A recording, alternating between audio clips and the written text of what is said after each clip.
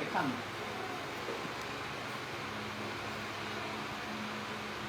¿Qué dicen ustedes? ¿Qué piensan? Yo pienso que sí, hermano, porque si no, no vamos a poder ser trasladados al cielo. La otra pregunta. ¿En qué momento se logrará esto? Dejar de pecar. O sea, ¿en qué momento Dios espera que nosotros dejemos de pecar? ¿Cuál es el punto? O sea, ¿cuál es el límite que la Biblia nos enseña para que el pecado en nuestra vida se termine y ya no sigamos elaborando más pecado? Bueno, yo lo veo de esta manera. Pienso que el ser humano no puede dejar de pecar nunca desde que está en esta tierra y hasta en vida. La única manera es cuando llegue la muerte. Pero entrar en eso, ¿verdad? Que eso es como un stand-by. El ser humano desde que nace ya es pecador. Y a veces creemos que el pecado solo es una cuestión de cometerlo. Para mí también es una condición de que entrar en el proceso. Okay. Otra pregunta. En el mundo han habido muchas religiones, ¿no? En diferentes épocas, ¿no? Son miles de religiones que han existido, pero la pregunta es entonces, ¿por qué Dios hace surgir a la iglesia adventista del séptimo día? Esta pregunta yo se la he hecho a muchos adventistas. Y la pregunta que le hago es, ¿cuál es el evangelio que como adventista yo debo conocer y yo debo transmitir como adventista? ¿Cuál es ese evangelio? ¿Cuál es el evangelio que Dios le entregó a los adventistas para que lo pregonen? El mensaje de los tres ángeles. ¿Ah? El mensaje de los tres ángeles. ¿Qué implica eso? ¿Cómo? ¿Qué implica? Cuando decimos el mensaje de los tres ángeles, ¿a qué conclusión llegamos? Bueno, implica, ¿verdad?, los sucesos en estos últimos días. ¿Cómo podemos nosotros proclamar ese mensaje en estos tiempos finales de la historia del mundo? Porque va a haber un conflicto y ese conflicto se está acercando, ¿verdad? Que es el mismo mensaje, el mensaje de los tres ángeles. Bueno, en Apocalipsis, donde aparece el mensaje de los tres ángeles, da una conclusión, ¿verdad?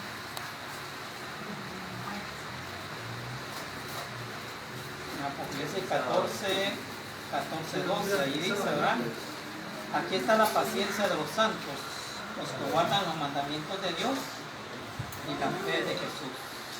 Esa es la conclusión, ¿verdad?, que se da al proclamarse el mensaje de los tres ángeles. Guardan, dice, los mandamientos de Dios. ¿Cómo define el pecado las Sagradas Escrituras? La transgresión. Transgresión, ¿verdad?, de la ley de Dios, de transgresión de los mandamientos de Dios.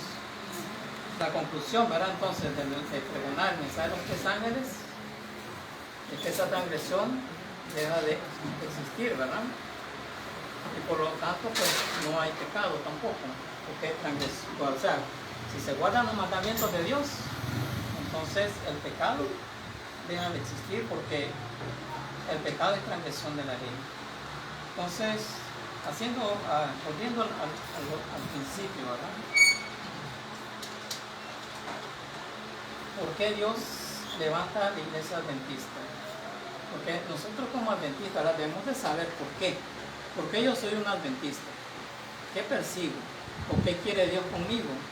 Cuando dice, ¿verdad?, yo ser un adventista del séptimo día. Mucha gente no sabe qué cosa es ser un adventista. ¿Por qué es un adventista? ¿Por qué se llega a una iglesia, ahora se bautiza y se hace miembro de iglesia adventista?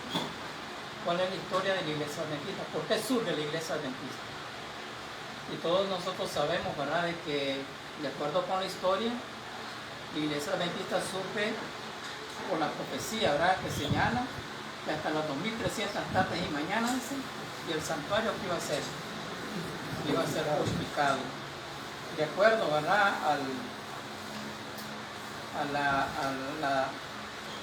explicación, ¿verdad? Desde el principio y fin de la profecía, pues comienza en el 457, ¿verdad? Con el decreto de Artajerjes de edificar nuevamente Jerusalén, ¿verdad? Y el templo, después de estar 70 años en cautiverio, ahora en Babilonia. Ese decreto está en el libro de Esdras, ¿verdad? Entonces, sacando esa cuenta, ¿verdad? De los 2300 tardes y mañanas, llegamos a la conclusión de que terminaba en 1844, el 22 de octubre, ¿verdad? Que de acuerdo al calendario hebreo, pues, ese era el día de la expiación, ¿verdad? Entonces, la iglesia adventista asume con ese mensaje. ¿Y cuál es el mensaje allí? Cuando se dice, ¿verdad?, que el santuario va a ser purificado, ¿qué señalaba eso? ¿Ah? Un juicio. No, aparte del juicio, sí. O sea, sí, esa es una parte, esa es la segunda parte de la purificación. Entraba Jesús. ¿Ah? Entraba Jesús. Exactamente, exactamente. O sea, el mensaje que a la iglesia adventista, ¿verdad?, se nos entregó a nosotros es para enseñarle al mundo, ¿verdad?, que hay un santuario en el cielo. Recordemos, ¿verdad?, que a Moisés se le dijo, ¿verdad?, que hicieran un santuario donde él quería morar, ¿verdad? Pero ese santuario lo iba a hacer de acuerdo a qué? A un modelo, ¿verdad? Dios llevó a Moisés al monte Sinaí, lo tuvo allí 40 días y 40 noches, mostrándole todo, ¿verdad?, lo del santuario y el ministerio sacerdotal. Y de acuerdo a ese modelo, así se elaboró, ¿verdad?, el santuario y su servicio. Entonces, de acuerdo a ese ritual, pues la purificación del santuario era una limpieza de los pecados, ¿verdad?, que se hacía anualmente. Entonces, la primera parte, ¿verdad?, que correspondía al lugar santo, Cristo lo hace, ¿verdad?, inmediatamente que Él resucita y asciende a los cielos. Entonces, Él entra, ¿verdad?, al lugar santo. A comenzar la primera parte de su ministerio, ¿verdad?, como sumo sacerdote. Ahora, ¿cuál fue la evidencia? ¿Cuál fue la evidencia de que Cristo entró al lugar santo, a ministrar en el santuario celestial? Hubo una evidencia. Y la Biblia lo presenta en el libro de los Hechos.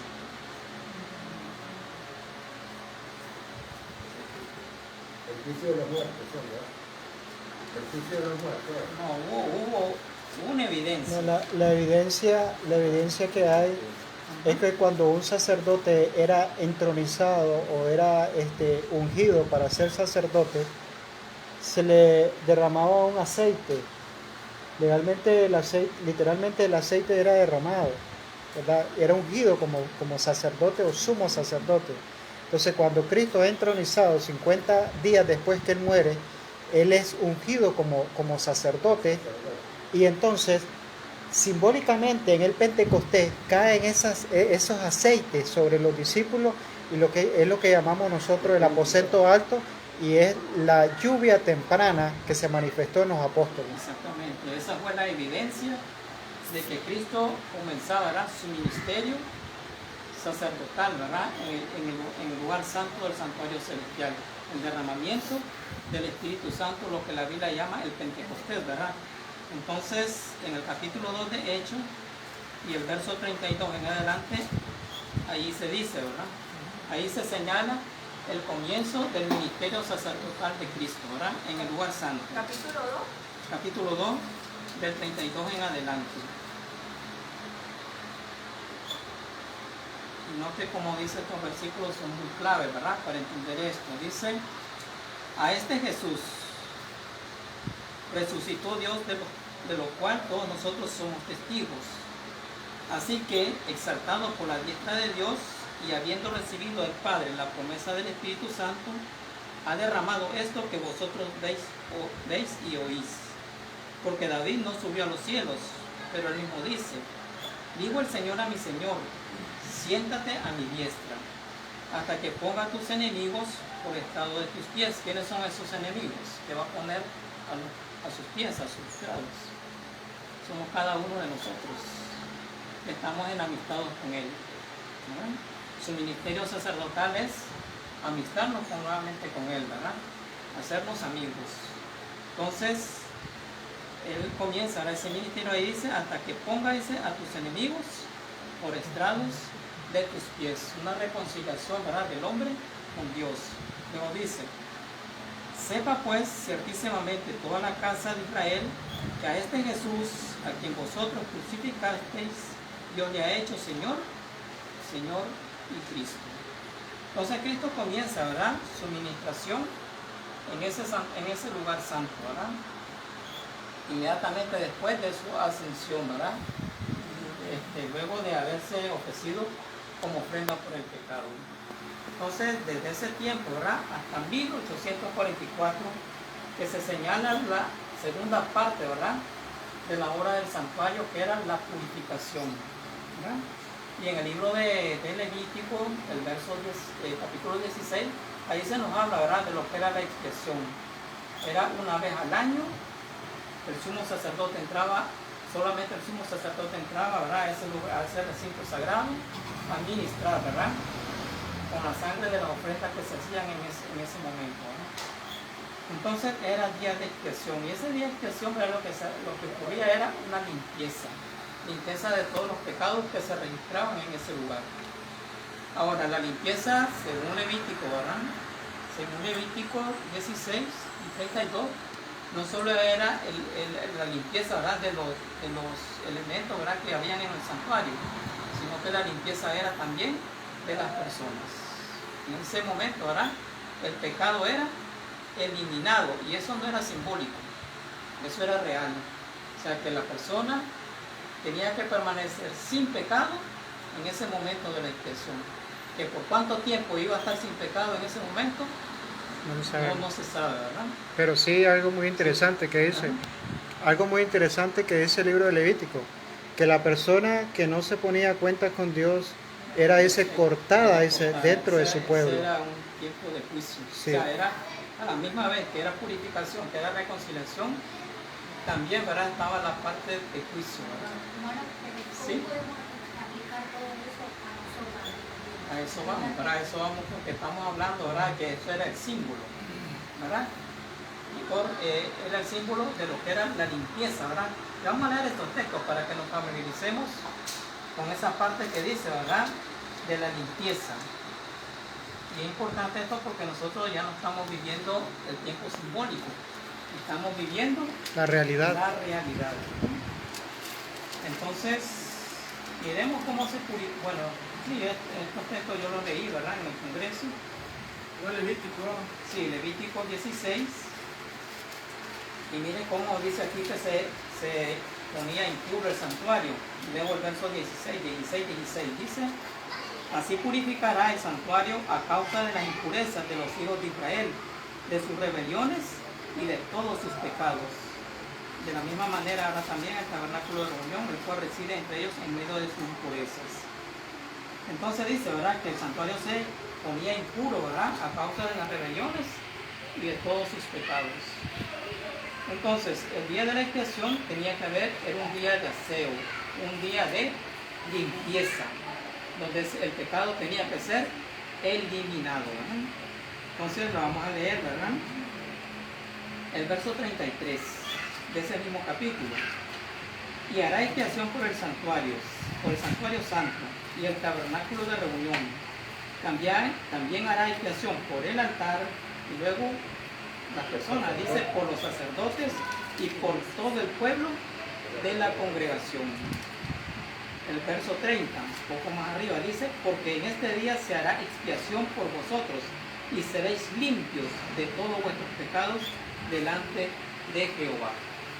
Entonces, el objetivo, ¿verdad?, de la expiación era limpieza, no solo de los utensilios del santuario y del santuario mismo, sino también de las personas. El pecado tenía que ser removido para que hubiese esa purificación, esa limpieza, ¿verdad?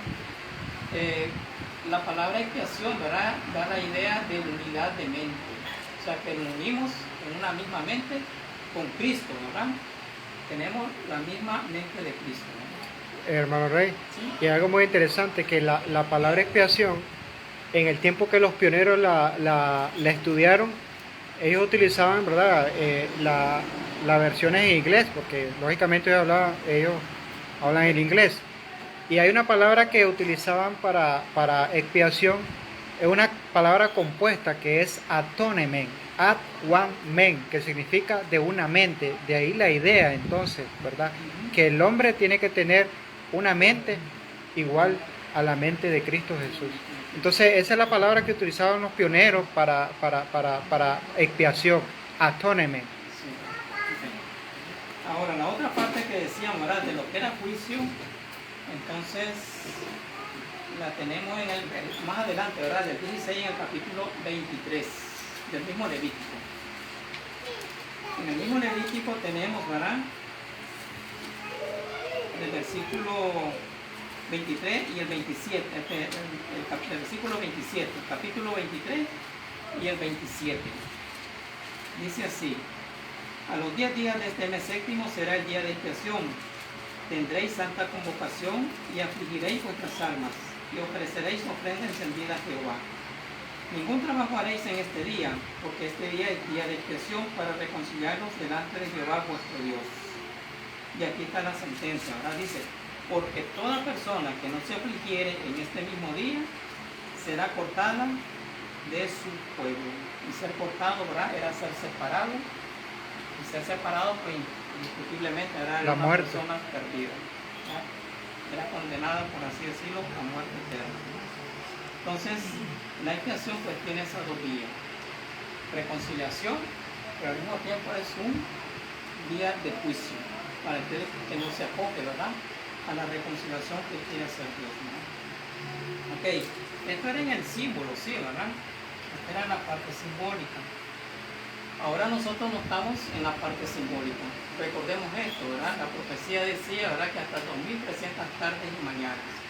Cuando llegamos, ¿verdad?, a 1844, ¿qué hicieron esos santuarios terrenales? Ya habían sido destruidos. Recordemos que el último templo judío lo destruyeron los romanos en el año 70. ¿Verdad? Sí, cuando entraron a Jerusalén, destruyeron todo, ¿verdad? Prendieron fuego a Jerusalén y al templo, ¿verdad? Que por mucho que este tipo de Vespasiano quiso evitar que le pegaran fuego, fue inevitable, ¿verdad? No pudieron detener a los soldados y fue quemado, fue reducido a fuego, ¿verdad? Así, a ceniza, ¿verdad? Entonces ya no había santuario aquí en la tierra. O sea, ese santuario judío ya había desaparecido. Entonces, ¿a dónde apuntaba entonces la profecía de 1844? Apuntaba al santuario del cielo, ¿verdad? Santuario celestial. Y allí es donde Cristo, ¿verdad?, iba a ministrar como sumo sacerdote. Hebreo dice, ¿verdad?, que Cristo no entró en un santuario hecho por manos, sino que entró en el mismo cielo, ¿verdad? Ahora, era para hacer, ¿verdad?, la purificación, la limpieza de los pecados, ¿verdad? Entonces, el mensaje, lo que quiero recalcar es esto, ¿verdad?, que les queda la idea cuál es el evangelio que a los adventistas del séptimo día se les enseña que prediquen. Porque ustedes pueden preguntar, pueden hacer la prueba, a preguntarle a cualquier adventista, le preguntan cuál es el mensaje de los adventistas, cuál es el evangelio que se nos dio a predicar. Y le pueden decir cualquier cosa, menos que Cristo entró a eliminar el pecado. No solo un registro arriba, sino eliminar el pecado de la vida de nosotros. Y para que el santuario arriba quede limpio, como leímos en Levítico, que eran los pecados del pueblo, lo que comía impuro, el santuario terrenal de la misma manera son nuestros pecados que nosotros confesamos diariamente, ¿verdad?, lo que tiene impuro el santuario celestial. Para que el santuario celestial sea purificado, sea limpio, ¿verdad?, y sea efectiva la obra de Cristo, ¿a dónde tiene que primero que terminar el pecado? Aquí en la tierra, con nosotros. Tiene que terminar en el corazón de nosotros. Y ese es el mensaje de la adventismo. ¿Por qué se hace ineficaz, ¿verdad?, la prédica de este tema, de esta expresión? de la realidad de esta expiación. ¿Por qué creen ustedes que sea inefectivo? Hay una cosa muy interesante, que el apóstol Pablo, ya ahora haciendo referencia a eso, dice: presentad vuestros cuerpos en sacrificio vivo, santo, agradable a Dios, que es vuestro culto racional. Muy interesante que la ofrenda en el santuario, el cordero, cuando se presentaba como símbolo de Cristo, era un cordero limpio, sin mancha, sin tacha, no era perniquebrado, sino que era lo mejor. Era revisado. Y algo muy interesante, hablando Pablo y poniendo esa comparación de que presentemos nuestros cuerpos en sacrificio vivo, santo, agradable a Dios, vemos en Levítico 1:8, dice que el cordero dice que era limpio, era lavado. Todas sus entrañas, todo tenía que estar limpio y lavado. Entonces ahí la idea de que ahora nosotros tenemos que presentarnos, ¿verdad?, de la misma manera, entendiendo de que la purificación del santuario tiene que darse aquí en la tierra con nosotros y en el cielo mismo. Entonces tenemos que acercarnos confiadamente, dice el apóstol Pablo, al trono de gracia para encontrar oportuno socorro. Entonces, la confesión, el arrepentimiento, es un don de Dios y tenemos que pedirlo para que se efectúe eso en la vida de cada uno de nosotros. Exactamente. O sea, la ineficacia, ¿verdad?, en presentar este tema, eso está en relación a nuestra propia experiencia, a nuestra propia vida. Si yo no estoy en ese proceso, ¿verdad?, de ser purificado diariamente, yo no puedo enseñar algo que no estoy viviendo. Y allí es donde radica, ¿verdad?, la deficiencia de predicar este mensaje. Ahora, este tema, ¿verdad?, este tema se mira como, o sea, cuando nosotros pensamos que ya no puedo dejar de pecar, ¿verdad?, ha llevado, ¿verdad?, o sea, se mira como algo, como un imposible, ¿verdad?, dentro del pueblo adventista. ¿Qué ha ocurrido con eso? Que los adventistas, ¿verdad?, para los que conocen la historia adventista, le ha dado un giro a la doctrina adventista. Y entonces, ¿qué ha ocurrido? Que el mensaje que se nos entregó, que se le entregó a los pioneros, porque analicemos esto, los pioneros, ¿verdad?, Elena de White, Jaime White y todos los que estaban con ellos y todo el pueblo, ¿verdad?, que era fiel, estaban esperando a Cristo, ¿verdad?, que lo estaban esperando ese día. Aunque estaban equivocados, ¿verdad?, porque ellos pensaban que era la tierra que venía, pero ellos hicieron una preparación en la que ellos no tenían pecado para recibir a Cristo, ¿verdad? Esa era una experiencia que ellos vivieron.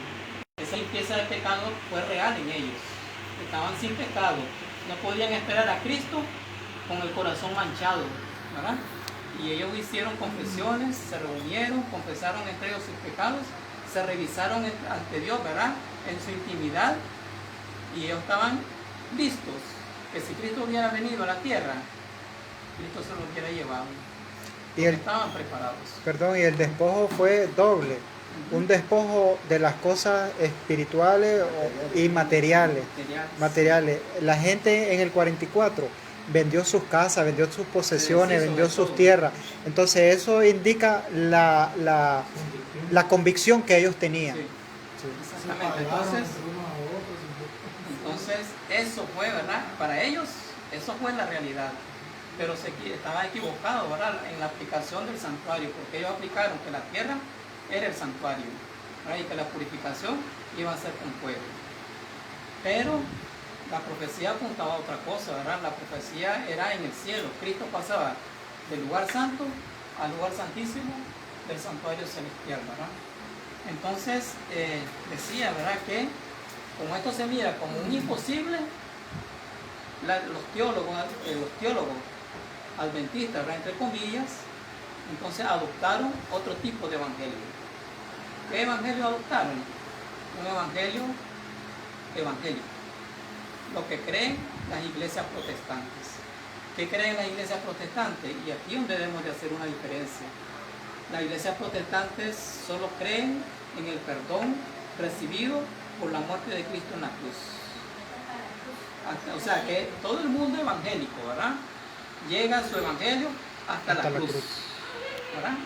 Hasta allí llega, hasta la muerte de Cristo, que recibimos perdón, recibimos gracia y somos salvos por gracia. La otra parte, la del ministerio sacerdotal de Cristo, la iglesia evangélica no lo tiene. El mundo protestante no lo conoce. Eso se le fue revelado nada más a los pioneros adventistas que pasaron, ¿verdad?, por esa experiencia de esperar a Cristo en 1844. A ellos se les reveló lo que es el santuario y el ministerio, ¿verdad?, o sea, el servicio al santuario y el ministerio sacerdotal de Cristo en el lugar santo y santísimo, ¿verdad? Pero ya en el 44, ya lo del santo había terminado y entonces comenzaba la obra expiatoria en el lugar santísimo. Ahora, perdón, hay algo muy interesante. Perdón que no veo el de atrás. Algo muy interesante que nosotros debemos tener claro, y eso en el adventismo también hay una debilidad, una fragilidad en entender esto. Si nosotros hacemos una encuesta a los adventistas, ¿verdad?, todos nosotros como adventistas, ¿dónde es la expiación? Muchas veces no se sabe dar respuesta, ¿dónde es la expiación? Y nosotros debemos tener claro, de acuerdo a la enseñanza que hay en el Antiguo Testamento, en el libro de Levítico específicamente, que la expiación solamente se hacía una vez al año y ese era en el lugar santísimo. Y eso se cumplió en 1844, el 22 de octubre. Entonces, la muerte de Cristo en la cruz del Calvario es el primer paso para llevar a una expiación real y completa, ¿verdad? Real y completa. Entonces la expiación se da en el lugar santísimo y no se da en la cruz del Calvario, ¿verdad? Entonces hay algo también muy interesante, que el santuario arrojó luz. ¿Y cuál es la luz? Si era erradicar o ponerle fin al pecado, había algo que nos indicaba que era pecado. Y usted dijo al principio que pecado es transgresión de la ley. Y en el santuario, en el departamento donde estaba la ley, era en el lugar santísimo. Entonces esa luz, esa gran luz arrojó, ¿verdad?, estas verdades en el 44. Y específicamente también se conoce como la verdad del sábado, que es la que alumbra más de los 10 mandamientos, la que alumbra más. Entonces tenemos ahora la verdad del sábado. Esa luz está alumbrando desde hace mucho tiempo y que la cual el mundo protestante lo ha negado y lo ha pisoteado también. El santo día de reposo, el cuarto de los 10 mandamientos, el sábado. Giovanni tenía Sí, en su momento que yo tuve como evangelista bíblico, y se predicaba a personas católicas, evangélicas y hasta testigos, hacen la demarcación que usted le ha compartido, el ministerio de Jesucristo, que perdona pecados hasta la cruz. Y desconocen porque no les ha sido revelada que Él sigue teniendo un ministerio sacerdotal en el cielo de expiación por nuestros pecados. Por eso, al comprender este texto, hijos míos, estas cosas os escribo para que no pequéis. Si alguno hubiere pecado, abogado tenemos para con el Padre, a Jesucristo el justo. Y Él es la propiciación por nuestros pecados, y no solamente por los nuestros, sino también por los de todo el mundo. Primera de Juan 2:1. Y aquí la diferencia, porque si nosotros comprendemos en su magnitud cuál es el ministerio que está haciendo nuestro Señor Jesucristo en ese lugar especial del santuario, nuestra posición o nuestro andar como hijos de Él es ya no seguir pecando.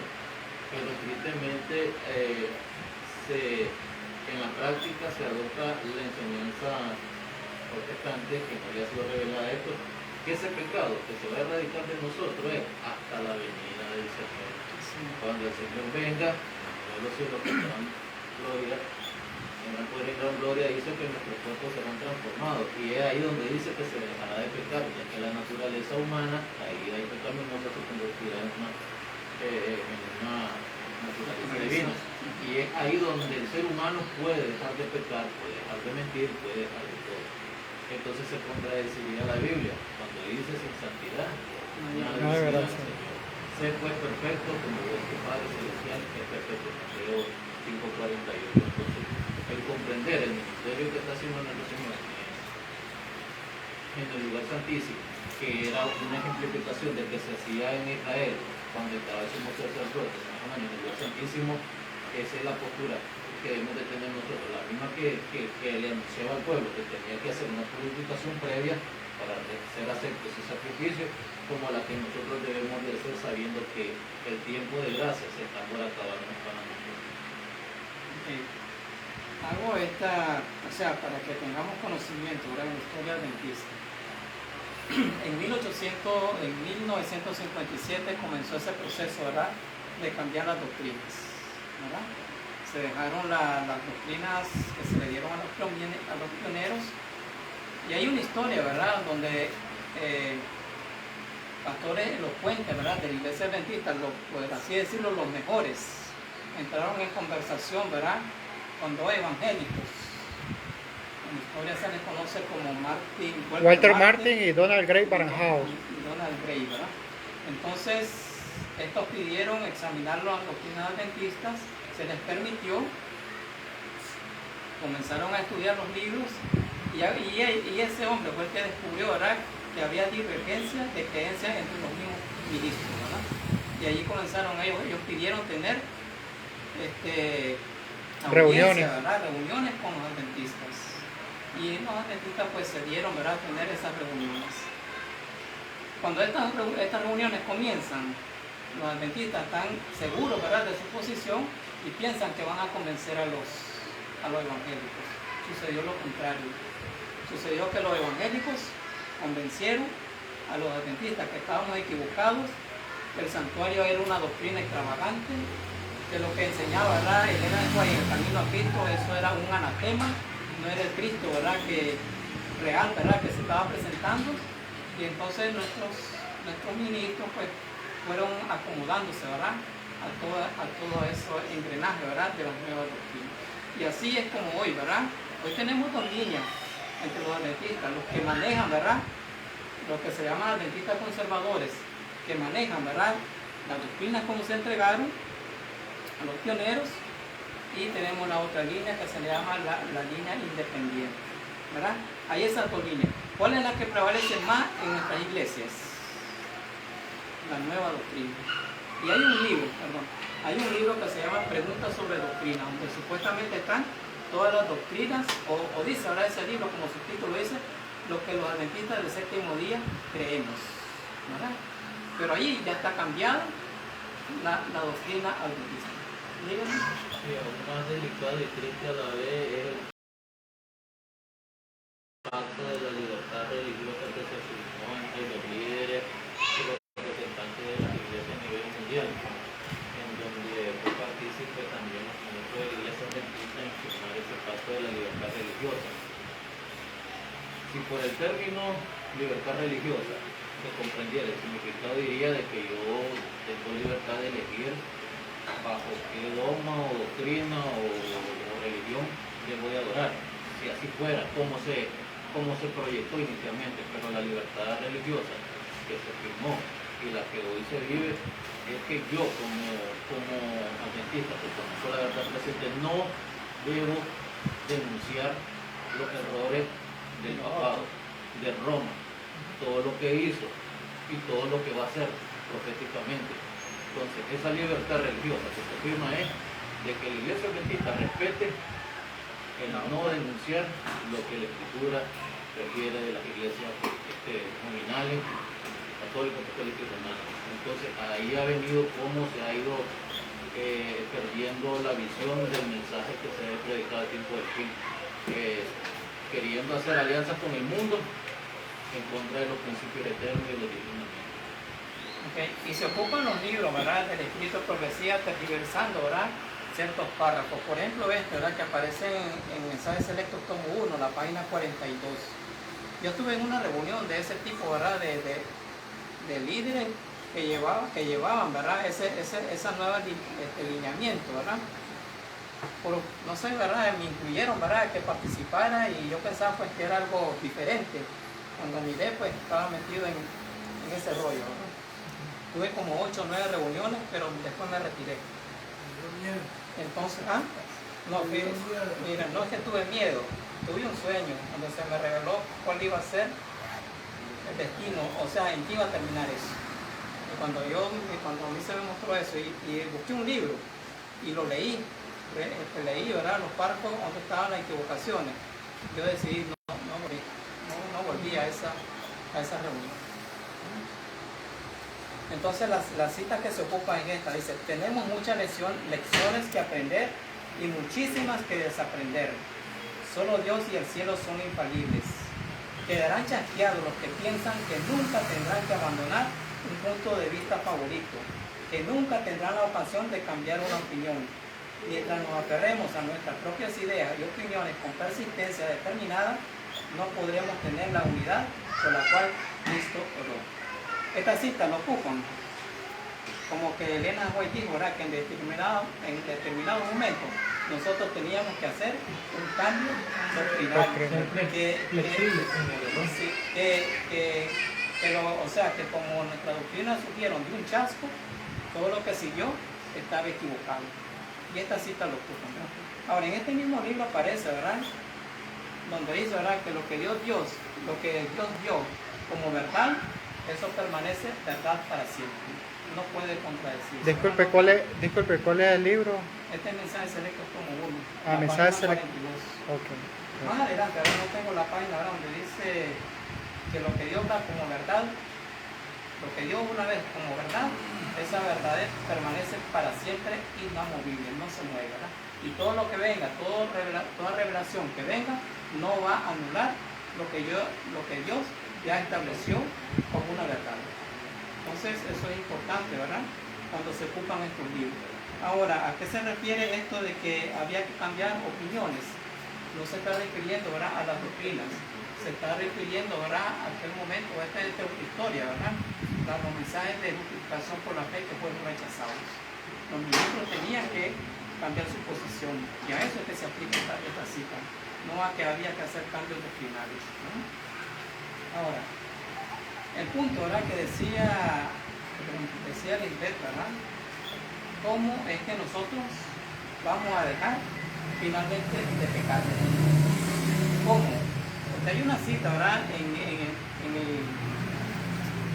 el camino a Cristo que dice, ¿verdad?, que luego que el hombre pecó, se le hizo imposible volver a obedecer la ley de Dios. No puede volver a obedecer. Desde que el hombre peca y le entrega su voluntad a Satanás, los descendientes, ¿verdad?, porque fue Adán y Eva, ¿verdad?, los que pecaron, los descendientes ya no pueden volver a obedecer una ley santa, justa y buena. Se le hace, dice, imposible por sí mismo. Entonces, ¿cómo es que Dios le dio solución a este problema?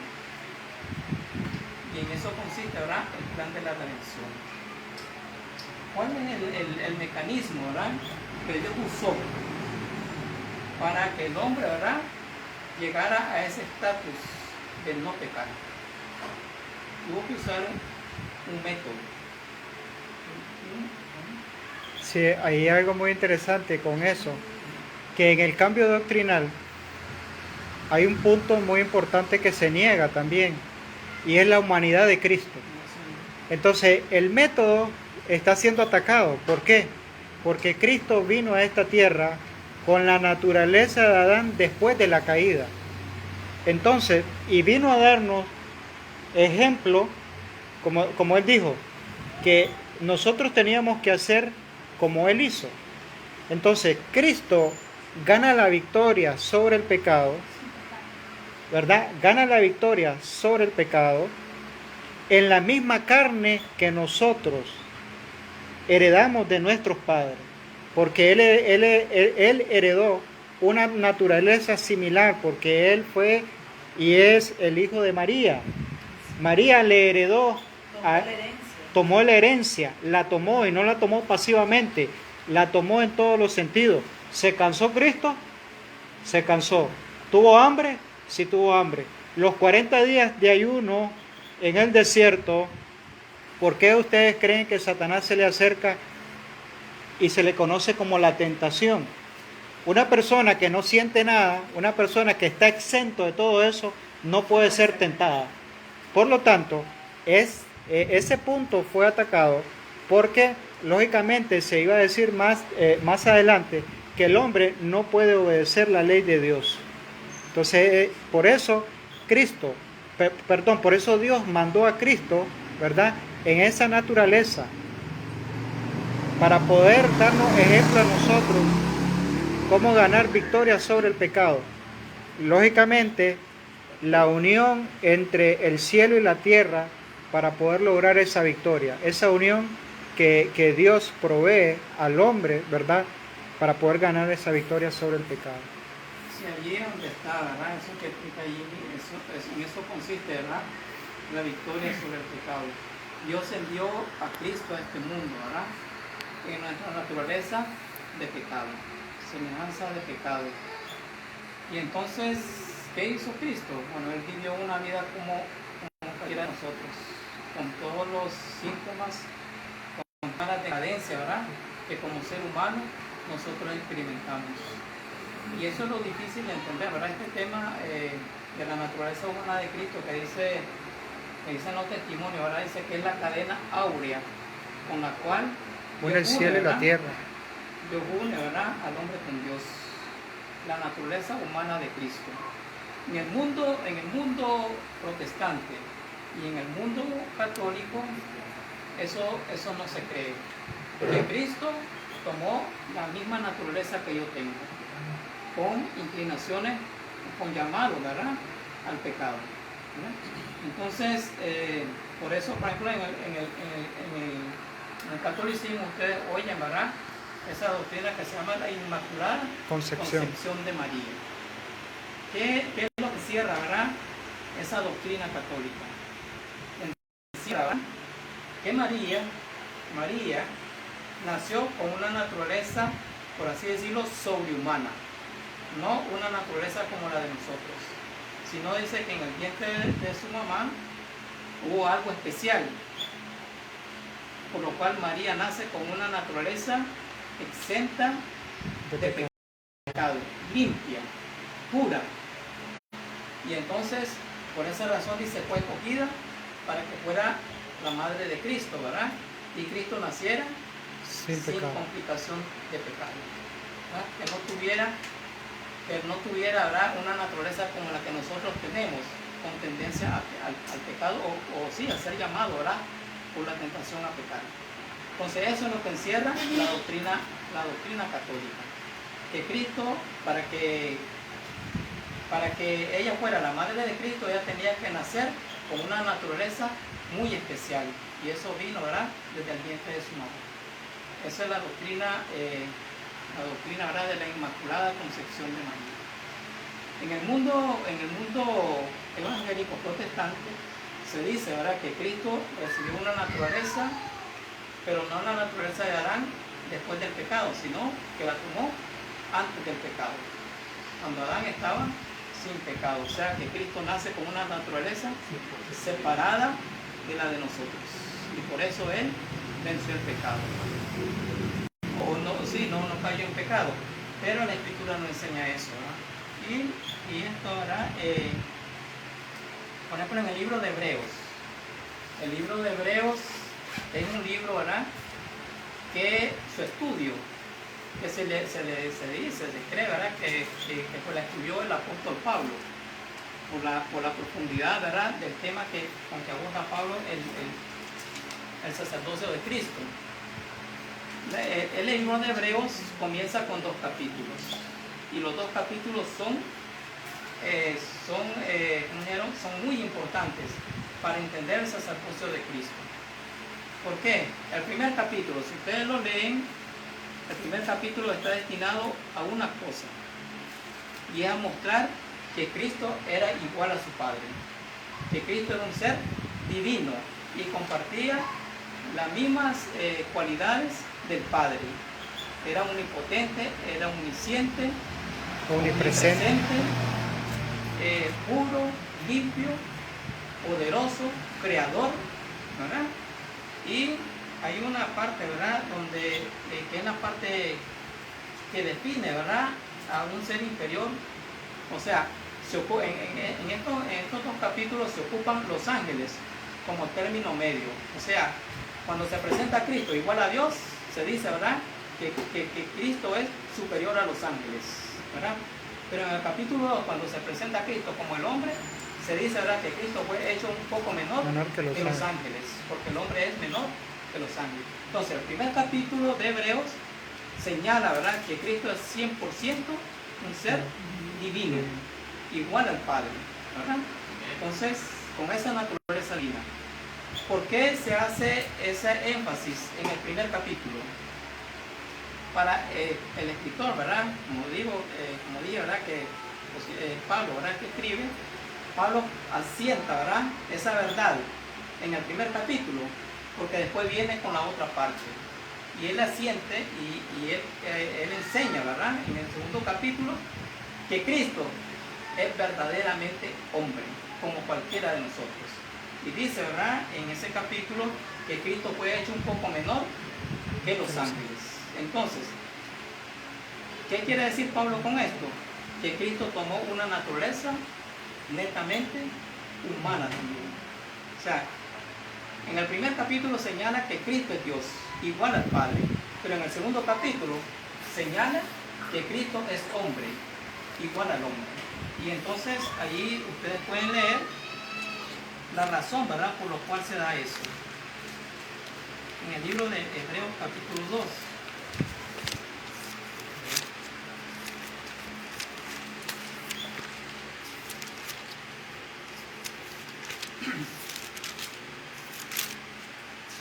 El 2.10 dice, porque convenía, o sea, era necesario. Esa palabra es clave, esa palabra es clave. Sí, es clave, la palabra convenía. Convenía es clave, ¿verdad?, para entender este punto.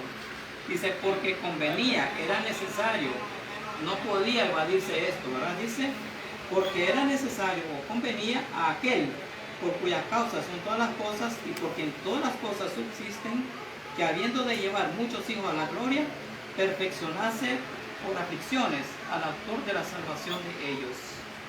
Porque el que santifica y los que son santificados de uno son todos, por lo cual dicen, no se avergüenzan de llamarlos hermanos, diciendo, anunciaré a mis hermanos tu nombre, en medio de la gran congregación te alabaré, y otra vez yo confiaré en él, y de nuevo he aquí yo y los hijos que Dios me dio. Y luego el 14 recalca, dice, así por cuanto los hijos participan de carne y sangre, él también participó de lo mismo. Carne y sangre es la naturaleza humana que nosotros tenemos, ¿verdad?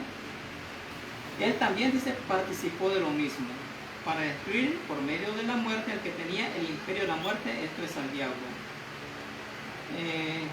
El verso 17 enfatiza, dice, por lo cual debía ser en todo semejante a sus hermanos, para venir a ser misericordioso y fiel sumo sacerdote en lo que a Dios se refiere, para expiar los pecados del pueblo.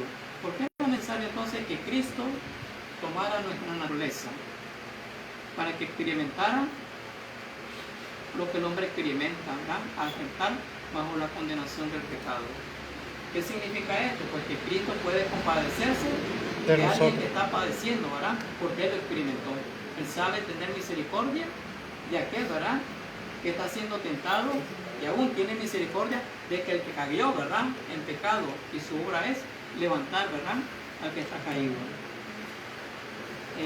Dice, ¿verdad?, el 18, pues en cuanto él mismo padeció siendo tentado, es poderoso para ser tentado.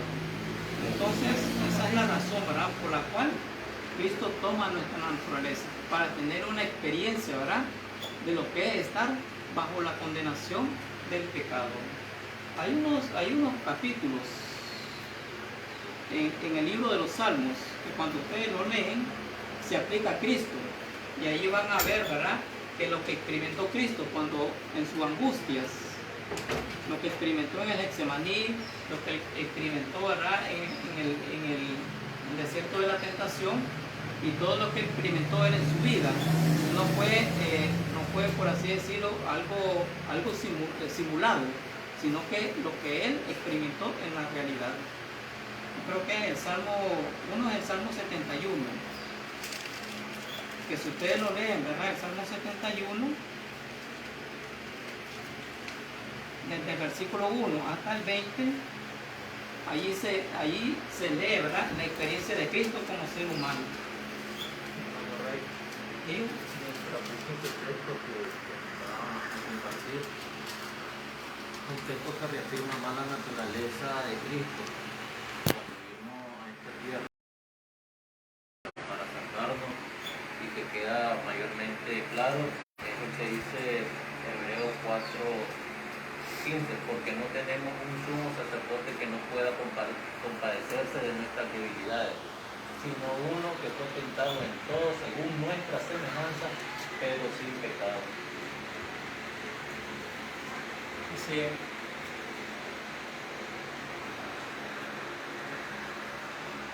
Entonces el otro salmo es, ¿verdad? Es el 22. Del 22 hasta el 20. Del Salmo 71. No, el Salmo 22. Hablé del 71 también, del 1 al 20. Y el Salmo 22.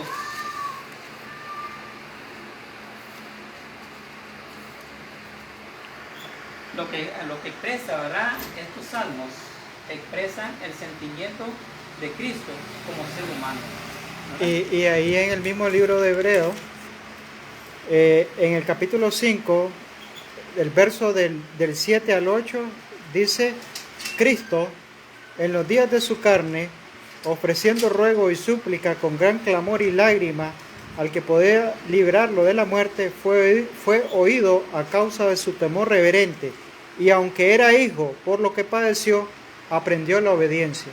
Entonces aquí también vemos un punto. Si él hubiese venido en otra condición, él no hubiera pasado por esta experiencia. Era hijo y aprendió la obediencia, ¿verdad?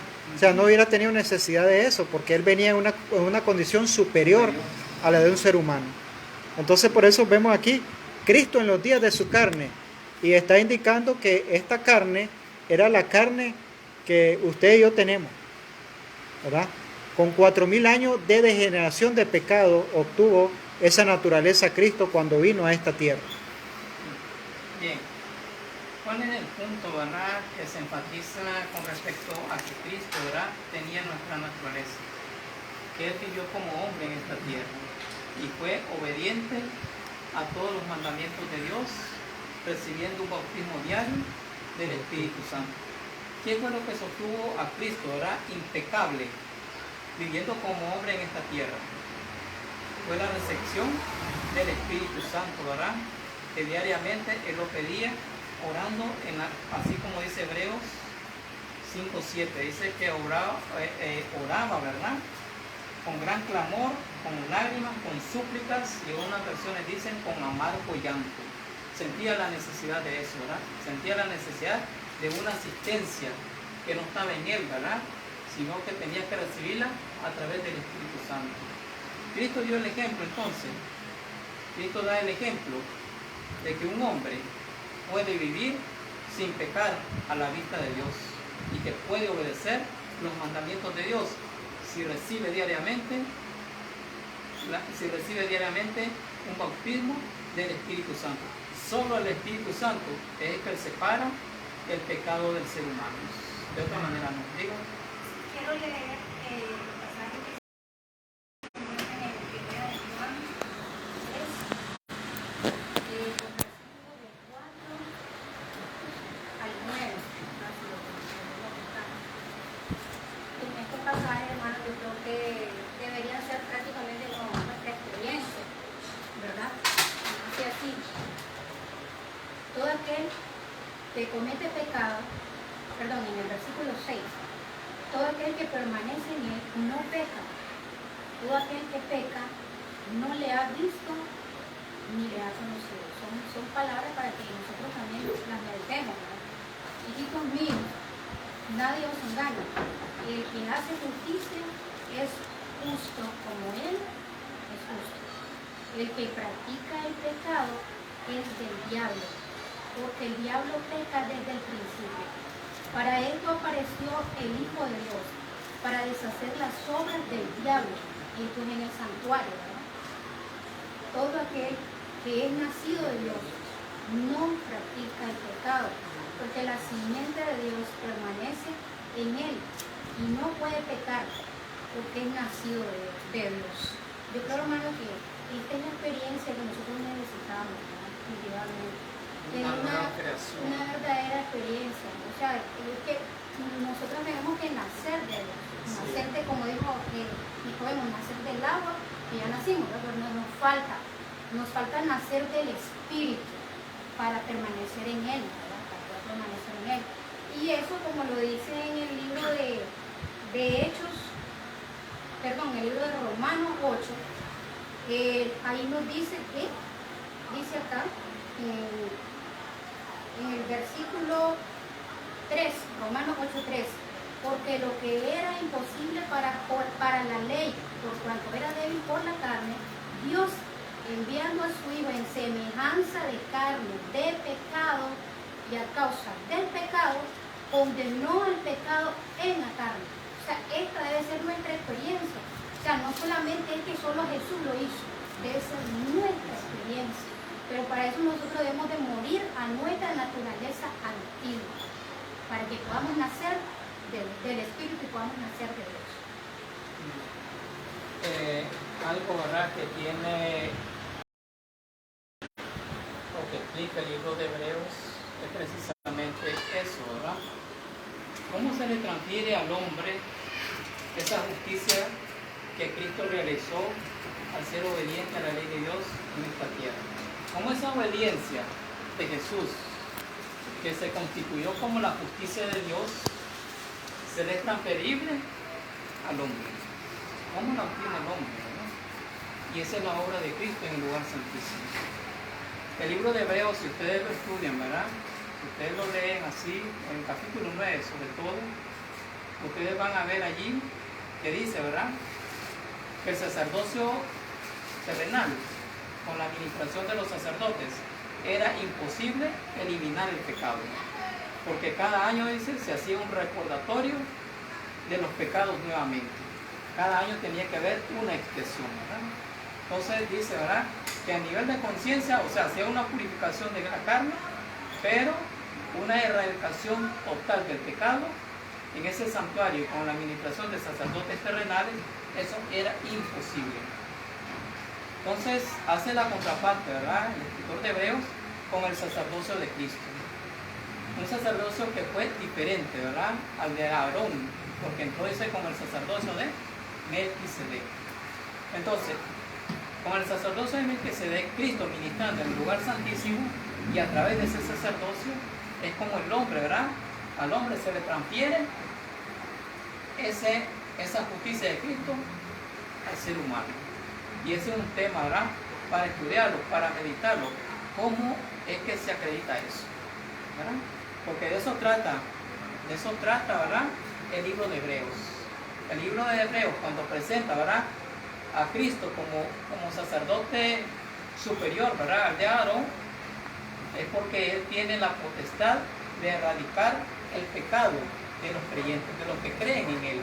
Y entonces el santuario celestial, Cristo, ¿verdad?, como sumo sacerdote, el santuario celestial tiene la potestad, o tiene, ¿verdad?, la capacidad de transferir, ¿verdad?, su justicia al creyente. Y de eso es que trata el libro de Hebreos, que hay que irlo desmenuzando, ¿verdad?, porque es muy interesante esa parte de conocer qué cosa es el sacerdocio de Melquisedec, ¿verdad? ¿Por qué? Pablo concluye, ¿verdad? Yo con esto termino porque ya se me terminó el tiempo. Y este es un punto, ¿verdad?, que debe ser recalcado en nosotros.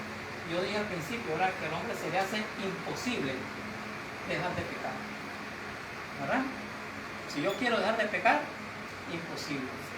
Yo tengo que dejarle ese lugar a Dios, y Hebreos con eso concluye, ¿verdad?, después de hacer un análisis de todo el sacerdocio de Cristo, con eso concluye. Y mire cómo dice aquí, leo el 13, 20 y 21, dice: y el Dios de paz, que resucitó de los muertos a nuestro Señor Jesucristo, el gran pastor de las ovejas, por la sangre del pacto eterno, os haga aptos en toda buena obra, para que hagáis su voluntad, haciendo ¿quién?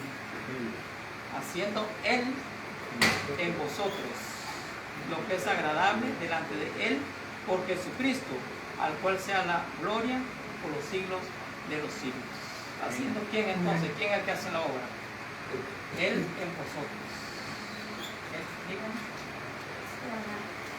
Hay un pasaje que creo que es crucial, que creo que todos nosotros deberíamos reconocer y debería ser nuestra experiencia. Porque yo creo de que la carne de uno, o sea, dice en el camino a Cristo que la batalla más reñida que existe es contra el yo, ¿verdad? Y acá dice, en el Consejo sobre el Régimen Alimenticio, dice así: Cristo comenzó la obra de redención en el preciso lugar donde comenzó la ruina.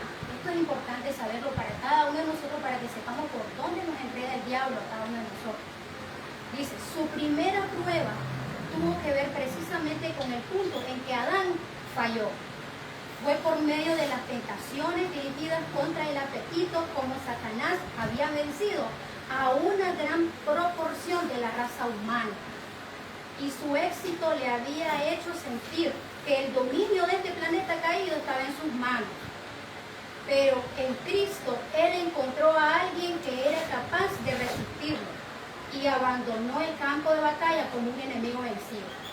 Jesús dice, no tiene nada en mí. Su victoria es una seguridad de que nosotros también podemos salir victoriosos en nuestros conflictos con el enemigo. Pero no es el propósito de nuestro Padre Celestial salvarnos sin un esfuerzo de nuestra parte para cooperar con Cristo. Debemos desempeñar nuestra parte y el poder divino uniéndose con el esfuerzo humano producirá la victoria. Pero ¿dónde está el punto donde Adán falló? Es en el apetito, y eso a nosotros no nos gusta que nos toquen, porque ahí es donde está la debilidad de cada uno de nosotros. Entonces ahí es donde se degenera el carácter, porque el carácter está formado por los hábitos y las prácticas, y a nadie le gusta que le toquen esa parte. Entonces ahí es donde nosotros por eso somos debilitados, porque donde Adán falló, nosotros estamos fallando y somos presa fácil del enemigo.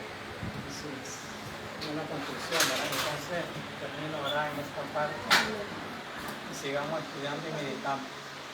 Concluye entonces a la parte inicial, ¿verdad? ¿Cuál es el mensaje que se le dio a la iglesia adventista entonces? El santuario, la erradicación del pecado a través del ministerio sacerdotal de Cristo, como sumo sacerdote, ¿verdad? Con la orden del Melquisedec, que quiere decir rey de justicia y rey de paz. Ese es el mensaje que los adventistas deben de tener muy claro, que se nos entregó a nosotros de manera especial para enseñárselo al mundo y practicarlo nosotros mismos.